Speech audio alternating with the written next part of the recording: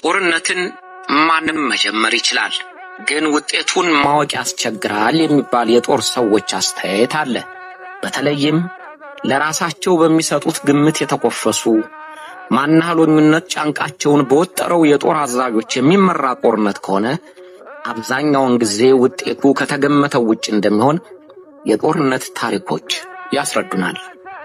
የአድዋ ጦርነት ውጤት ጦርነቱን ከጀመሩት የኢጣሊያ የጦር መሪዎች እምነት በእጅጉ የተለየ ሆነ። ኢጣሊያኖች ኢትዮጵያን በወረራ ለመያዝ ሲያስቡ የኢትዮጵያን የጦር ኃይል በእጅጉ የናቁ ነበሩ። የምኒልክ ሰራዊት ዘመናዊ ወታደራዊ ትምህርት ያላቸውን የኢጣሊያን ወታደሮችና የጦር አዛዦች ይመክታል ተብሎ አልተጠረጠረም። የኢጣሊያ ጀነራሎች ለራሳቸው የሰጡት ግምት ከመጠን ያለፈ ነበር። የጦር ስልት አዋቂዎች እነሱ ብቻ እንደሆኑ፣ ጀግንነት የሚታወቀው በኢጣሊያኖች ብቻ እንደሆነ አድርገው የሚንቀባረሩ ነበሩ። እንኳን ጀነራሎቹ፣ ሻለቆቹና ሻምበሎቹ ለኢትዮጵያን ተዋጊዎች የሰጡት ግምት እንዳልነበሩ ያህል አድርገው ነበር።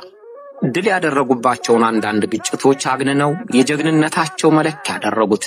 በጊዜው እንዴት ድል ማድረግ እንደቻሉ አጋዥ ነባራዊ ሁኔታዎችን ለማየት እንዳይችሉ እብጠታቸውና እብሪታቸው አሳወራቸው። ይህም የራሳቸውን መጥፊያ አፋጠነላቸው።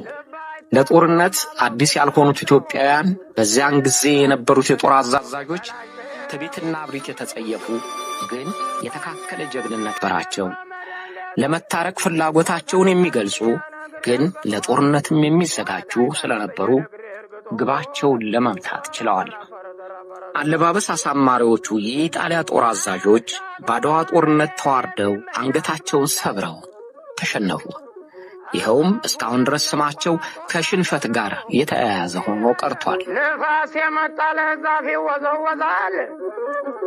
እሪ ያሉ ጊዜ አንድ ጥይት ሲጮህ በረጋጊው ይበዛል። አንድ ጥይት ሲጮህ በረጋጊው ይበዛል። አገራማን ሲሆን ሹምሽሩ ይበዛል። ስጋዬን በሉናል፣ ደሜንም ጠጡና አጥንቴንም እንቁን በምንም ሀገሬን አትንኩ። ኧረ ዘራፍ ኧረ ዘራፍ